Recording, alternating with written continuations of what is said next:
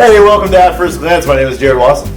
And I'm Pastor Michael Miller. It's great to have you with us again here at First Lutheran Church. Absolutely it is. Thanks for coming back, Pastor. It's been pleasure. a while. It's been about a week. A whole week. A whole week. Here we are again. And today, we got a fun one. We got a fun one today. After all of these weeks of journeying toward Jerusalem, Yes. Jesus is in Jerusalem. We are now in Jerusalem. We've made it. So there's some conflict happening There is. in Jerusalem. First he turns over tables in the temple, Good. and then there's some interactions with different religious leader groups. Oh, yeah. So we come to one of those today. We do. Today we are going through Luke 20, 27 Already? through 40. Is that right? I think that's right. No, 27 through 38. Is that through 38? And we should say that the group that Don't. The group that approaches Jesus here, the Sadducees, are a priestly group that doesn't believe in the resurrection of the dead. When you die, that's it. I think it's interesting. We take that for kind of granted because Jesus kind of laid out that whole thing for us. Mm-hmm. Yeah, it wasn't a healthy or a firmly held belief Right, during his time. right. Yeah, it's interesting. So we come there today. Again, this is Luke 20, 27 through 38. Here we go. There came to him some Sadducees, those who deny that there is a resurrection, and they asked him a question, saying, "Teacher, Moses wrote for us that if a brother dies having a wife but no children, the man must take the widow and raise up offspring for his brother. Now there were 7 brothers. The first took a wife and died without children. The second and the third took her, and likewise all 7 left no children and died. Afterward, the woman also died. In the resurrection, therefore, whose wife will the woman be? For all 7 had her as wife." And Jesus said to them, "The sons of this age marry and are given in marriage. But those who are considered worthy to attain that age and to the resurrection from the dead, neither marry nor are given in marriage. For they cannot die any more, because they are equal to angels and are sons of God, being sons of the resurrection. But that the dead are raised, and even Moses showed in the passage about the bush, where he calls the Lord the God of Abraham, and the God of Isaac, and the God of Jacob. Now he is not God of the dead, but of the living, for all live to him." Yeah, that last verse there, verse 38. Now he is not the God of the dead, but of the living, for all live to him.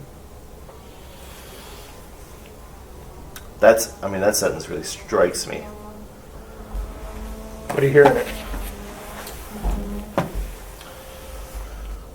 It's a great question. I'm trying to formulate that right now. God is not God of the dead. He's God of the living. But yet we die. Which means being sons of God. I'm kind of reading this backwards now. Which means that as sons of God, we are alive in him. Is that too abstract? I don't think that's too abstract. I'm looking at the New Revised Standard Version. It says a little bit different. It says, "Now he is God, not of the dead, but of the living, for to him all of them are alive." Interesting. Now, what does that mean, Pastor? Yeah. Let's think about that for a moment. And then we can get to the man and his wife. Yeah, I mean, I think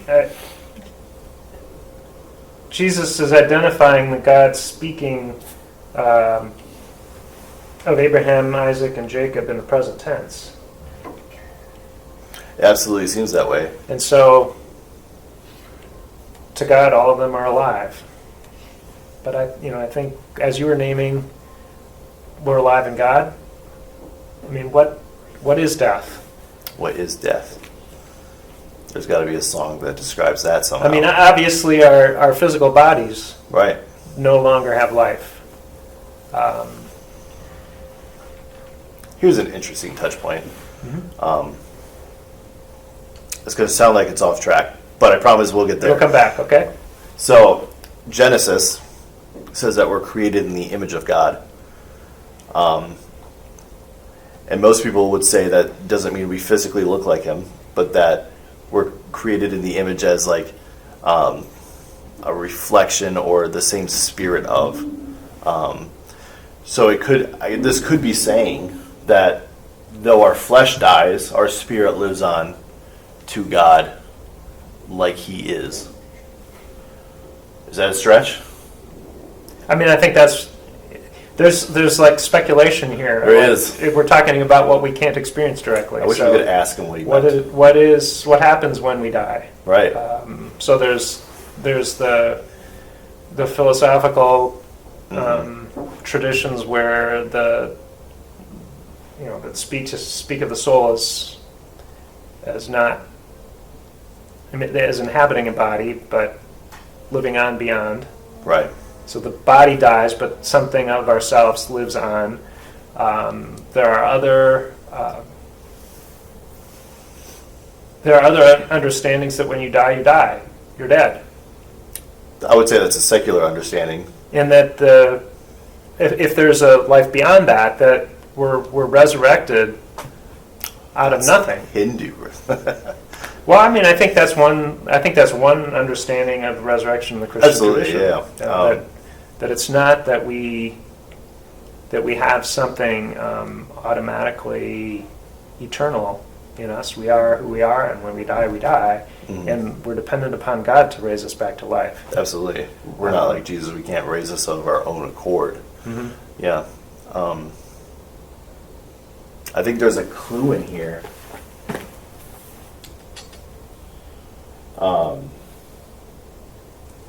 Where Jesus is saying to them, the sons of this age marry and are given in marriage, but those who are considered worthy to attain to that age and to the resurrection from the dead, neither marry or are given in marriage, for they cannot die anymore, because they are equal to angels and are sons of God, being sons of the resurrection.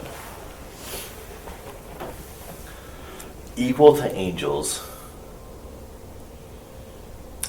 That's interesting. I don't know. So there's something there. I feel like equal to angels. That to me, that says angels are spirit.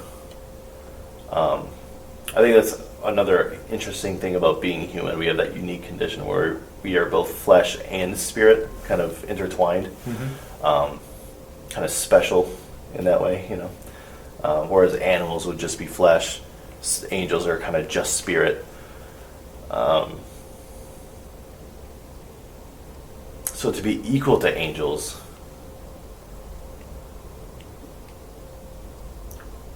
to me would imply that we have that spirit with us. Yeah, I don't know. But to be human is a both and of flesh and spirit. Am I right Some in have saying described it as spirits that have bodies. I don't know. Embodied spirits. Embodied spirits. But would we call Jesus an embodied spirit? The Word became flesh and lived among us. I'm getting lost right now in my own head. That's what's happening. Right I mean, now. that's part of the challenge. I think with this story is that it's speculative from the beginning. They set up these people who don't believe in the resurrection have set up a story out of the law that creates a kind of conundrum. Absolutely. If there's a resurrection, then what of this mess? Yeah. They followed the law. The 7 brothers all took the same woman as their wife because each of them died childless. Right. And now, after they've all died, what's their relationship to each other? Mm-hmm. It reminded me of like how many angels can dance on the head of a pin. That question that goes back to Thomas Aquinas. Love that. It was a speculative question, like it's really at the heart of it is what's the nature of an angel, right? And could more than one angel be on the head of a pin? I mean, It's all very confusing. yeah, I mean, it's this speculative kind of thing, like, you can't really answer that question. Right. And so some people Yeah. make fun of scholastic theology because it seems like that. I was just getting stuck in scholastic theology in my own head. Were you? I was Yeah. like, I kind of know what an angel is. An angel just means messenger. Mm-hmm. So us being equal to angels, that wasn't connecting, Mm-hmm. I don't know. That was, yeah, I got lost there. But, I mean, it reminded me too of in the Lutheran tradition. There's been arguments or the question like, how much water do you need for baptism? Right. That's been a question. I mean, Which- that's something the Orthodox and kind of the rest of Christianity don't agree with. Well, okay, not just Orthodox, or other people who say that you should be fully submerged. But Orthodox is the big one that comes to my head, is that they say you need to be fully submerged, otherwise it's not a valid baptism. Whereas most others are, a trickle of water is fine. Mm-hmm. Or even you go back to the thief on the cross, and he wasn't baptized that we know of. Mm-hmm. It's all very confusing, Pastor. I mean, to me, in that question, it's like water is connected to the gospel promise. Right. What is the function of water in there? It's not magic. It's not the thing that by itself carries the promise. Right. But it carries all of the associations of what water means to us in our life. Mm-hmm.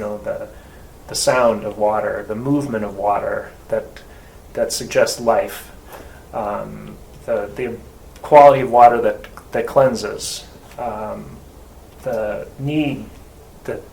animal need for water in order to live, but also the quality of water that it can overwhelm us. We can drown in it. So all of that, It's all connected to this word of promise, that we're Right. brought through death into life, that we're cleansed from sin, that we're given a new life, the waters of birth. All of those associations are connected to this word of promise that you have a new beginning in God. So how much water? Well, how much water as is much there water enough? as much water as you can use that brings that to mind, Right. or as little water as that you have. And I think sometimes, I think maybe we're doing it right now too, like these Sadducees are, sort of questioning things and that we really don't understand even what we're asking. Because these people, I mean, they didn't believe in the resurrection to begin with, but then their idea of what the fake resurrection was just all wrong anyway. It's all very confusing. I think Jesus' response is, you're asking the wrong question. Right. Or you don't even understand what you're asking. That God is the God of the living, and we entrust we trust our lives to God. And if God is about giving life, then it's reasonable to trust that there's a life beyond our own experience of death, Right. the death of our bodies. That God's life goes on, and that we're held in that life now and then. That's comforting. That's a good way of putting it. We can ask all kinds of questions that we don't know the answers to about what that looks Right. like or how that could be. And it's sometimes fun to speculate about that, to wonder. It is kind of fun. We do it fairly often. Yeah. Maybe, probably too much. But it is fun. But It's ulti- cool to think about. Ultimately, the core of it is that God is about giving life, and that we have our life in God. Absolutely. We trust that now, and we trust that for beyond. Right. Yeah, I agree. I think that's what he's saying. Otherwise, that's a hard text. It's a I don't difficult quite know text. what to make of that other than to say that. Right. Yeah, this is one of those texts that we could probably talk about for many hours, just going line by line, almost word by word, and kind of speculating what's actually being asked and what's being said, and probably do some word studies in there too while we're at it. But we don't have time for that. But if you're interested, there's all kinds of studies, I'm sure, about this particular text. But I encourage you to read it and see what stands out to you. What word or phrase sticks out and sticks with you, and then kind of dig deep into that. That's a good practice. That's what the point of this podcast is. It's a good place to start. Absolutely. For your first glance. Absolutely. Way to sneak that in there. That was good. This has been At First Glance. At First Glance. Thank you. Thanks for joining us. We'll see you again next week.